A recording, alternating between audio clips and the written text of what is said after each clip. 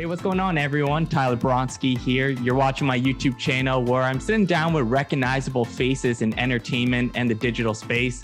Today's guest is a popular social media creator, getting over 2.2 million followers on TikTok and over 480,000 followers on Instagram. She's Rachel Brockman. Rachel, thanks for taking a few minutes. Thank you for having me. I'm excited to be here. I'm glad to have you on. So, we're closing in on almost a year since your first video went viral last April during the quarantine period. What do you remember about that day? Well, it was crazy because I just remember the whole Corona thing happening and school getting canceled for 3 weeks. And to be honest, I loved doing TikTok before and I would do it with my friends just for fun. But I never really tried because, everybody posts stuff, but they don't actually try because they feel like they'll get made fun of. But since I took the opportunity, I was like, you know what? How am I gonna, I don't have to go to school. Nobody's gonna make fun of me, so I'll just do it. And then I got in the shower. I posted one video. I got in the shower. I came out and it was already at 10,000 views. And for me, that was because I've never seen numbers before like that.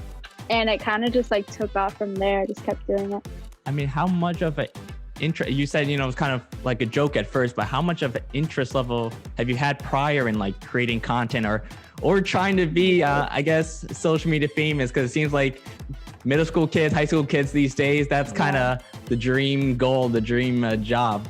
Yeah, I feel like everybody, well, I can't say everybody, I don't know.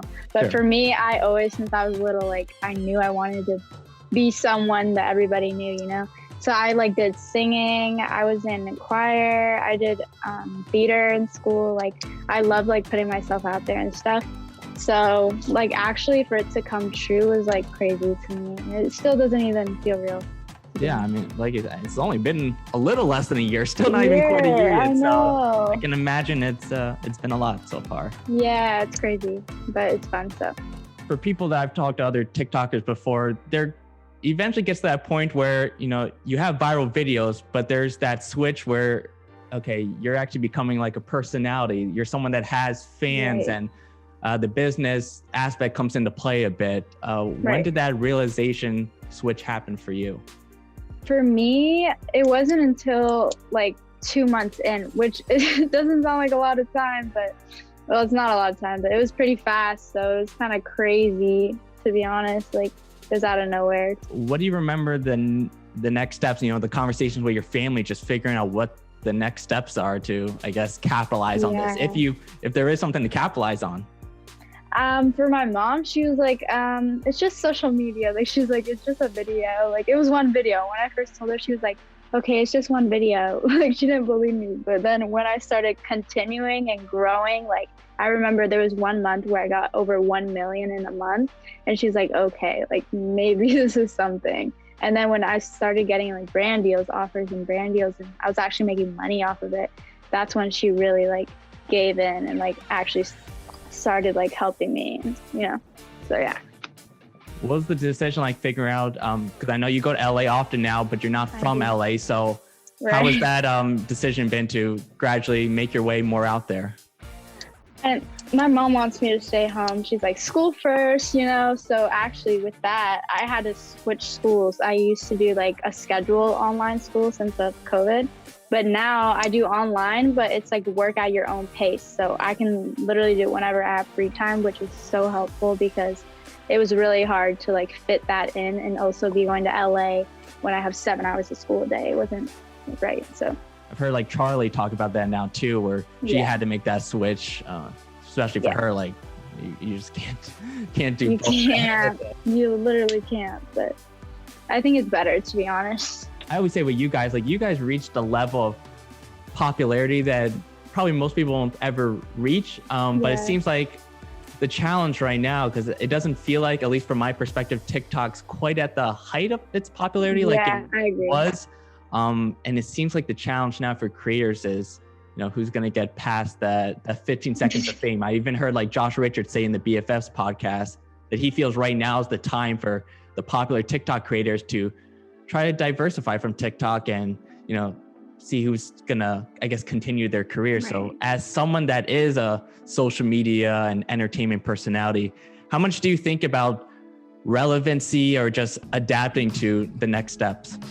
Literally every day. I feel like that's every influencer. You think about every day, like, what am I going to do? Like, if this doesn't work out for me, I think it's really important for like all influencers to reach out to other things, like maybe YouTube, Twitch, maybe they like gaming, like acting, singing. That's like, I feel like the whole point of it, to be honest, because you're not going to be on TikTok forever. TikTok's not going to be there forever. So I think it's important to like branch out to other things that they like.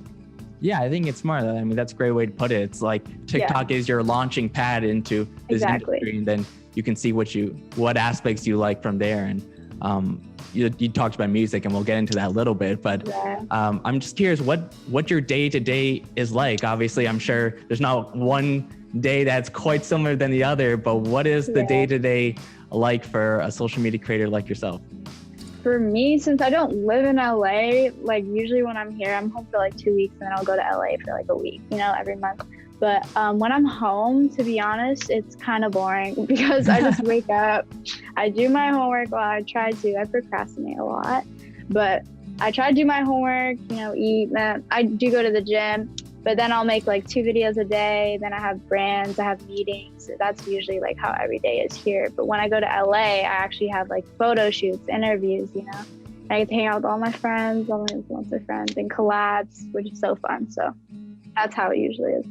What's it been like connecting with like other influencers in the space? And I don't know if there's any people you looked up to that you've kind of gotten to know now, but what is that like, just connecting with people that are doing the same thing as you? I think to me, when I first met, I remember the first person I met there, I was like, oh my God, it was Lorraine and Nikita Dragon. I don't even know them, but I love them. And I met them and they're so funny. It's crazy to see them like on your like screen, right? And then in person and actually be like the same. It's like insane, but that was cool for me. And I also got to meet Griffin Johnson. I did a podcast with him, but that never came out. But He was cool. But yeah, I mean, it's crazy because they're people too. And like, you don't think about it like that until you actually meet them. And then you become like one of them, you know what I'm saying? Well, what's that like for you? Because there's obviously fans that kind of view you in the same way you just described the other creators you met. So what's it been like on the flip side of that? To me, like the first time I got noticed, I was in the mall and like 3 different people came up to me. I was like, what the heck? I was like, what? I was nervous because like they were nervous probably, but I was more nervous because nobody's ever come up to me. And to me, I don't even feel like I'm famous or an influencer. Like I still feel the same. Like it doesn't really feel different except for, random people coming up to you. You spoke about in a paparazzi video about like a week or so ago that you're trying to get your music career started. So how much have you worked on your music behind the scenes that people haven't seen? Okay, I mean, I'm not like in the studio yet, but I have my own like home recording thing. And I've just been recording covers, talking to producers. I won't soar, I won't fly if you're not here.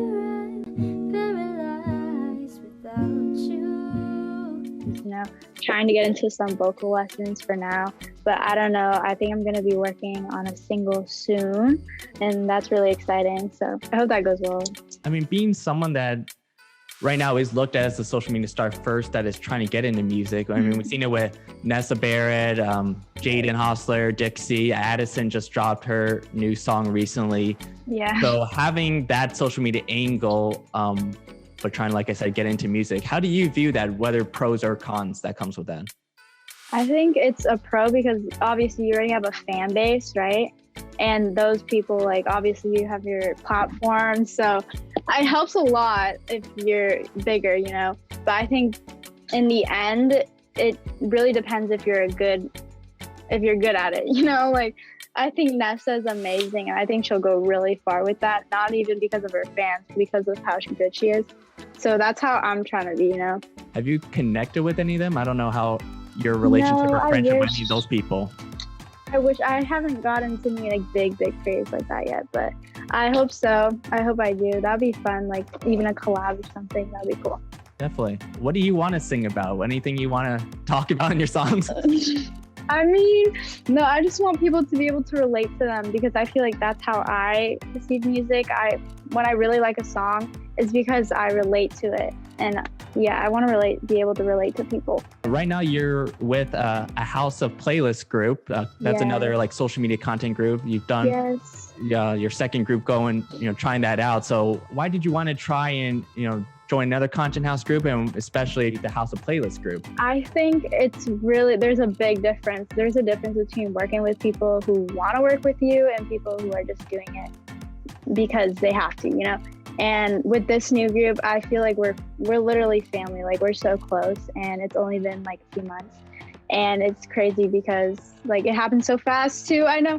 And I wanted to join the group because I'm more of a people person. I don't like being by myself. Like, I like being with other people, and it's just honestly a better time, But we're gonna have a playlist house, but since playlist is postponed until next year, we're going to be doing it next year. But VidCon, VidCon is coming up.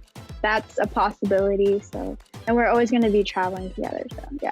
Awesome. Yeah. Can you speak a little more about some of the benefits with working with them? Obviously, you mentioned playlist. Right. When is that? Like next September. But like I saw on the Hollywood Fix video recently that you guys did something with Petite and Pretty. So, right. What have some of the benefits been with working with them, or that's going to be coming up? Okay, obviously, like the travel is a plus. I think we're going to Mexico when COVID lifts up. We're going to go to Mexico for some press and stuff with CHM travel team. And then we also have a trip to New York we are working with this brand called Far Out Toys, and they're making dolls, and we're going to be representing them. So that's really cool. And that's launching in April, and we're going to have like a whole content house. So that'll be really fun. So that's something I look forward to. And yeah, that's pretty much all I know right now. I don't know if I can say anything else. I mean, that's a lot right there. That sounds it is a lot. Exciting, so. No, yeah, it is. Wrap it up here. It seems like, social media entertainment, it kind of just makes you grow up quicker, this industry, in a sense. So what's something you've learned going through this social media theme experience that maybe you wouldn't have learned or experienced, when life was kind of normal for you? Yeah, I feel like a lot of teenagers aren't really going out every month to LA or even living in LA. I feel like I already grew up quicker before even social media because of like just things that have happened in my life, But with social media, like you have to basically like, I'm not hating on my mom or anything, but she doesn't know much about technology. So I have to work on like the brand deals and everything, but she's obviously there. She knows about it. But I think it just like takes it to a whole new level. Like I work on my emails and stuff with my manager. Like I had to do all that myself. And yeah, my mom's looking at me like, no, she helps me a lot. She does. She's there for support, and then you obviously handle it. She's Rachel Brockman, popular social media creator on TikTok, and got her music career coming up soon. So Rachel, thanks for the time. I appreciate it. Thank you for having me.